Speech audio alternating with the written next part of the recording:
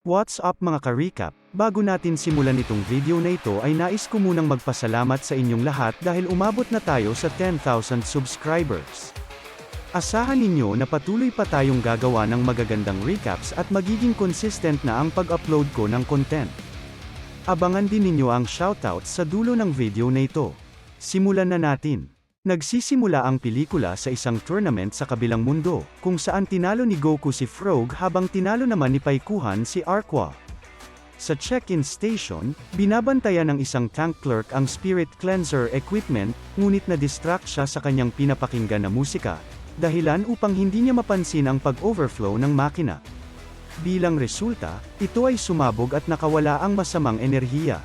Bunga ng exposure dito, ang tank clerk ay naging isang halimaw na may pambihirang kapangyarihan at tinawag ang kanyang sarili na Janemba. Binalot nito ng barrier ang check-in station at ang buong realm ng Otherworld. Ito ay naging hadlang upang mapanatili ni Haring Yema ang kaayusan sa pagitan ng mga mundo. Sa pagkakakulong ni Yema, ang mga kaluluwa sa Otherworld ay malayang makakabalik sa mundo ng mga buhay. Samantala sa Earth, nakatanggap si Videl ng mensahe ng tungkol sa pagbabalik ng mga patay at agad nila itong nirespondaan kasama si Gohan. Balik sa Otherworld, sina Goku at Paikuhan ay naglalaban sa finals ng Otherworld Tournament nang ipahinto ng Grand Kaio ang kanilang labanan. Inutusan sila nito na puntahan si Haring Yema at tingnan kung ano ang nangyayari. Pagdating nila, ipinaalam sa kanila ni Haring Yema na ang halimaw na gumawa ng lahat ng ito ay nasa bubong ng check-in station. Parehong nagulat sina Goku at Paikuhan sa napakalaking halimaw. Nasabik si Goku sa kapangyarihan ni Janemba kaya hinikayat niya ito sa impyerno upang doon maglaban. Sinubukan ni Paikuhan na sirain ang barrier, at nagsimulang labanan ni Goku si Janemba. Sa Earth, dumating si Frieza ilang sandali pagkatapos na talunin ni Gohan at Videl ang isang malaking grupo ng mga zombie. Dahil binata na si Gohan ay hindi ito nakilala ni Frieza, kaya nagpakilala ito at sinabi na siya ang anak ni Goku na nakaharap ni Frieza sa planet Namek. Dahil dito, ipinadala ni Frieza ang kanyang hukbo upang salakayin ang dalawa, ngunit agad siyang tinapos ni Gohan. Dahil dito, mabilis na nagtakbuhan ang takot na mga alagad ni Frieza. Samantala, si Bulma at ang iba pa ay kinolekta ang mga Dragon Ball at tinawag si Shenron. Hiniling nilang maibalik ang lahat ng mga kaluluwa sa Underworld, ngunit sinabi ni Shenron na hindi niya ito kayang gawin sapagkat may mali sa Otherworld. Sa Otherworld, natuklasan ni Paikuhan na ang pagmumura sa barrier ay nagiging sanhi ng pagkasira nito. Ginamit ni Janemba ang kanyang kakaibang kapangyarihan tulad ng paggawa ng portal para suntukin si Goku kahit saang anggulo, at paggawa ng replika ni Goku. Nag-Super Saiyan 2 si Goku ngunit hindi pa rin niya ito matalo, hanggang sa tuluyan siyang nag-Super Saiyan 3 at binugbog ang halimaw.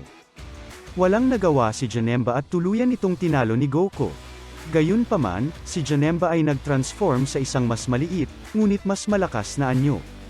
Nilabanan ng Super Saiyan 3 Goku si Super Janemba, at sa una ay tila pantay ang kanilang lakas. Gumawa si Super Janemba ng isang espada mula sa isang Ogre Club at nagsimulang madaling talunin si Goku. Pagkatapos ay nahulog si Goku sa Blood Pond, na hiniwan ni Super Janemba upang magkasya kay Goku. Dumating si Vegeta upang tulungan si Goku at sinimulang labanan si Super Janemba sa kanyang Super Saiyan 2 form, ngunit hindi siya umubra. Si Vegeta ay itinapon sa isang Mountain of Needles, ngunit sinalo siya ni Goku at pareho silang nagtago sa loob nito.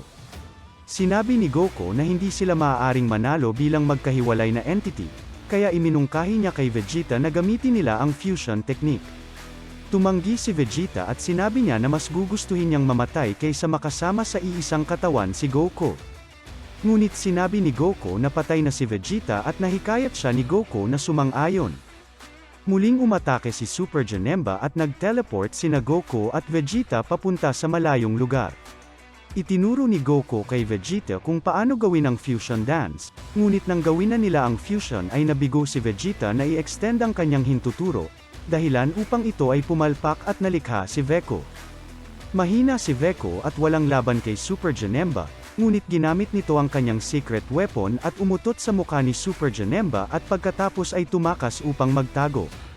Nang malapit na siyang tapusin ni Super Janemba, naubos ang oras ng fusion at nakatakas sina Goku at Vegeta. Sinumpa ni Vegeta si Goku at sinabing walang silbi ang fusion, ngunit sinabi ni King Kai sa pamamagitan ng telepathy na nagkamali si Vegeta sa fusion dance kaya ang palpak na si Veko ang lumabas. Dumating si Paikuhan upang labanan si Janemba at bigyan ng oras sina Goku at Vegeta para isagawa ang fusion technique. Gayunpaman, madali siyang natalo ni Super Janemba. Sa wakas ay matagumpay na nagawa ni Goku at Vegeta ang fusion dance at naging si Gogeta. Balik sa Earth, habang nilalabanan ni Goten at Trunks si Hitler at ang kanyang hukbo, naramdaman nila ang pagsasanib ng kanilang mga ama, kaya nag-fusion rin sila upang maging si Gotenks. Agad na binugbog ni Gogeta si Super Janemba, at tinapos ito gamit ang kanyang ultimate attack, ang Stardust Breaker. Bilang resulta, bumalik ang anyo ng Tankler. Tinalo ni Gotenks ang hukbo ni Hitler gamit ang Super Ghost Kamikaze attack. Nag-defuse si Gogeta, at nagpaalam sina Goku at Vegeta sa isa't isa at si Vegeta ay bumalik sa kanyang espiritong anyo. Bumalik sa normal ang lahat at sa pagtatapos ng pelikula, sina Gohan at ang iba pa ay masayang lumilipad pauwi, habang si Shenron ay nananatiling naghihintay at nagtatanong kung sino man ang mayroong kahilingan. Bago natin tuluyang tapusin itong video na ito, nais ko munang i-shoutout ang ating mga masugid na subscribers. Shoutout kina Idol Alakmedpedam 3392, Baki Hanmes 742, Cyclopgod 4617, Edmer Bangolto 2671, Eric Chera 8892, Philjoy Calza 1458, Glenn Culanag 3482, Randolph 7457, Renshon 6820, at kay Boss Red Pau 1745. Muli, maraming salamat sa lahat ng subscribers at magkita-kita tayo sa kasunod na video.